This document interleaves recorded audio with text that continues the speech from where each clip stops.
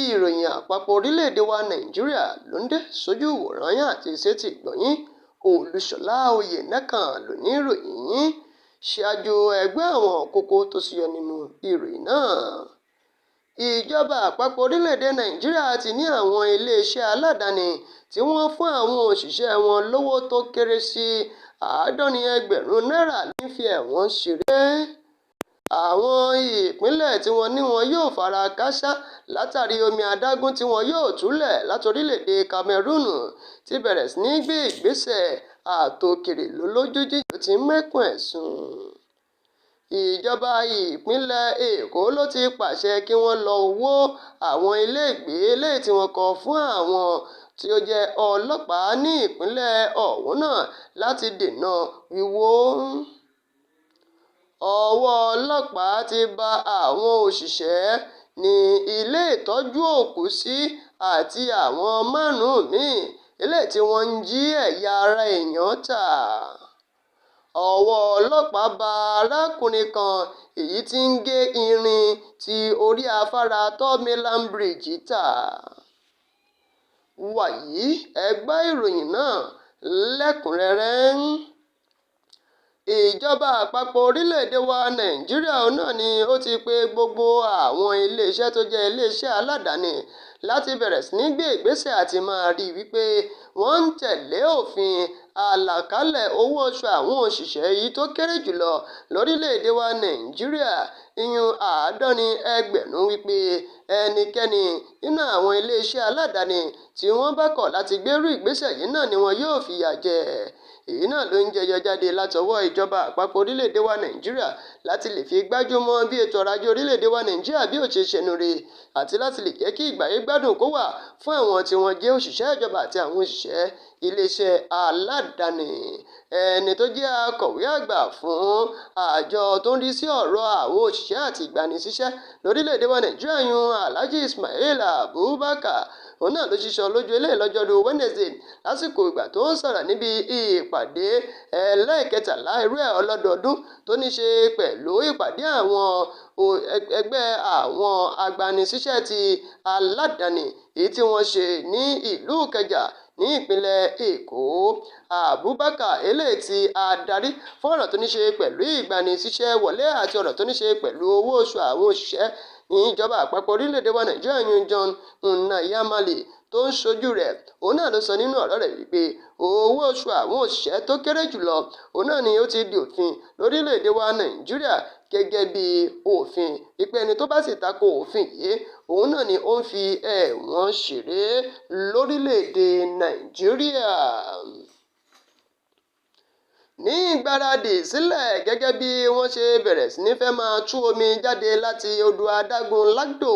eléyìí tó wà ní orílẹ̀-èdè Cameroon tí wọ́n sì ní yóò ṣe ìjàmbá fún àwọn ìpínlẹ̀ kọ̀ọ̀kan òun náà ló mú kí ìpínlẹ̀ Rivers àti ìpínlẹ̀ Benue tí wọ́n ti bẹ̀rẹ̀ sí ní ṣe àgbékalẹ̀ àwọn ibi tí wọn yóò máa ṣe sílẹ̀ fún àwọn olùgbé tó ṣeéṣe kí omi ọ̀hún náà kó ṣe ìjàmbá fún. Ìjọba àpapọ̀ orílẹ̀-èdè wa Nàìjíríà ló ti tètè ta àwọn ọmọ orílẹ̀-èdè Nàìjíríà yìí lólobó nígbà tí orílẹ̀-èdè Cameroon tí wọ́n fi léde wípé àwọn ṣetán láti tú adágún omi Lagdo sílẹ̀ látàrí bó ṣe ti kún àkúnfàyà. Àtẹ̀jáde látọwọ́ ẹni tó jẹ́ adarí àgbà fún àjọ tó ń rí sí ọ̀rọ̀ omídé yìí yún Umaru Muhammed òun náà ni ó kéde àwọn ìpínlẹ̀ 11 kan ní inú ọ̀rọ̀ tó sọ náà ni ó kéde ìpínlẹ̀ Adamawa, Taraba, Benue, Nasarawa, Kogi, Edo, Delta, Anambra, Bayelsa, Cross River àti Rivers. Ẹ̀wẹ̀ lọ́jọ́rú Wednesday àná yìí òun náà ni adarí tó ní ṣe pẹ̀lú ọ̀rọ̀ ìpinnu àti iṣẹ́ ìwádìí ní ìpínlẹ̀ Nasarawa àti ọ̀rọ̀ tó ní ṣe pẹ̀lú ìṣẹ̀lẹ̀ pàjáwìrì yún Danladi Ọ̀bágù náà ló bá àwọn akọ̀ròyìn sọ̀rọ̀ wípé wọ́n ti bẹ̀rẹ̀ sí ní gbé ìgbésẹ̀ láti lè rí wípé ohun tó ṣẹlẹ̀ ní ìlú Maiduguri irú rẹ̀ kò tún ṣẹlẹ̀ mọ́ lórílẹ̀-èdè Nàìjíríà. ó ń bọ̀ báyìí àwọn ládẹ́ẹ̀dẹ́ ìjọba ìpínlẹ̀ Èkó òun náà ni wọ́n ti pa láriwo wípé àwọn yóò wó ilé kan tó jẹ́ ti àwọn ọmọ ogun yẹn Mopo 20 báràkì tó wà ní Onígbọ̀ngàn ní ìlú Ìkẹjà ní ìpínlẹ̀ ọ̀hún náà. Èyí náà ló ń jẹyọ jáde láti ọwọ́ àjọ tó ń rí sí ìṣẹ̀lẹ̀ pàjáwìrì ní ìpínlẹ̀ Èkó bí wọ́n ṣe bẹ̀rẹ̀ sí ní sọ pé àwọn ilé kankan náà wà tó jẹ́ ti àwọn ẹ̀ṣọ́ aláàbò èyí tó wà ní báràkì wọn tí wọn yóò wó lulẹ̀. Àtẹ̀jáde ọ̀hún náà ló ń jẹyọ jáde ní ọjọ́rú Wednesday àná látọwọ́ ẹni tó jẹ́ akọ̀wé àgbà ní àjọ làsẹ́mọ̀ ọ̀hún yún Dámilọ́lá Òkè Ọ̀sányìntólú nígbà tí wọ́n ń fèsì lórí bó ṣe léwájú àwọn ìgbìmọ̀ láti lè lọ ṣe iṣẹ́ ìwádìí lórí rẹ̀. Gẹ́gẹ́ bí ọ̀gá òun náà ṣe yànnàná fún àwọn akọ̀ròyìn wípé àwọn ti bẹ̀rẹ̀ sí ní ṣe iṣẹ́ ìwádìí àti yẹ àwọn ilé ọ̀hún náà wò táwọn sì ti rí wípé àwọn ilé kọ̀ọ̀kan ni àwọn yóò dà wó lulẹ̀ débi wípé kò ní lọ dá wàhálà sílẹ̀ ní ọjọ́ iwájú fún ìpínlẹ̀ ọ̀hún náà. Gẹ́gẹ́ bí ọ̀rọ̀ rẹ̀ náà ló sọ pé gómìnà ìpínlẹ̀ Èkó gómìnà Babájídé Olúṣọlá Sanwó-Olú náà ló ti sọ pé ìṣàkóso wọn kò ní lajúlẹ̀ kí tàlùbọ̀ kó kó wọ́n. Iléeṣẹ́ ọlọ́pàá ẹ̀ka ti ìpínlẹ̀ Ọ̀ṣun lọ́jọ́rú Wednesday àná yìí ti rọ́wọ́ tó àwọn afurasí méjì ọ̀tọ̀ọ̀tọ̀ kan eléyìí tí wọ́n náwó nínú títa ẹ̀yà ara èèyàn nígbà tí wọ́n ń ṣàlàyé náà ni wọ́n tún ní wọ́n máa ń ta omi tí wọ́n fi wẹ òkú ní ìpínlẹ̀ ọ̀hún náà. Àtẹ̀jáde eléyìí tí ó jáde látọwọ́ ẹni tó jẹ́ adelé fún alukoro iléeṣẹ́ ọlọ́pàá ìpínlẹ̀ ọ̀hún náà yún ọ̀gbẹ́ni Emmanuel Giwa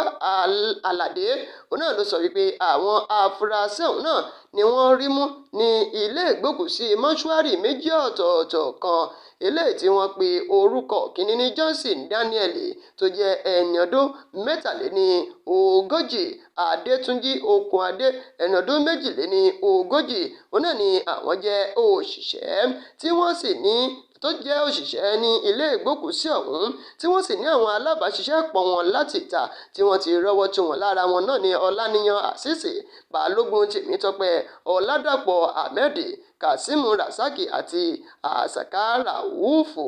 Ìròyìn náà ti wá fìdí ẹ̀ múlẹ̀ látọwọ́ ẹni tó jẹ́ alukoro fún iléeṣẹ́ ọlọ́pàá ọ̀hún náà pé 3 nínú wọn òun náà ni wọ́n rí mú lásìkò ìgbà tí wọ́n ń pariwo fún àwọn èèyàn kan láti ṣe àtìlẹ́yìn fún ìdásílẹ̀ Yorùbá Nation. Ọwọ́ àwọn ọlọ́pàá tún ti bá ògbóǹtarìgì adigunjalè eléyìí tí ń ba nǹkan ìjọba jẹ́ tó sì ń jí i tà. Ọwọ́ iléeṣẹ́ ọlọ́pàá ẹ̀ka ti agbègbè Oníkan division ní ìpínlẹ̀ Èkó ló ti bá Yakubu Yusuf